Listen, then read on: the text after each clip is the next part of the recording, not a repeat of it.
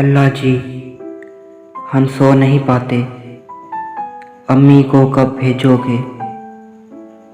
अल्लाह जी, हम सो नहीं पाते, अम्मी को कब भेजोगे।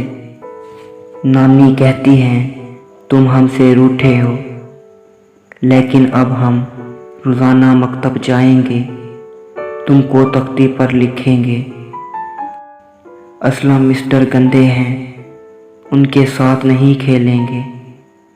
अल्लाह जी, अब मान भी जाओ, चाहो तो अम्मी के बदले हमसे सारी चीज़ें ले लो, गेंद भी ले लो और गोली भी, लट्टू और गुलेल भी ले लो, लेकिन हमको अम्मी दे दो, हमको हमारी अम्मी दे दो। अल्लाह जी, हम सो नहीं पाते, अम्मी को कब भेजोगे।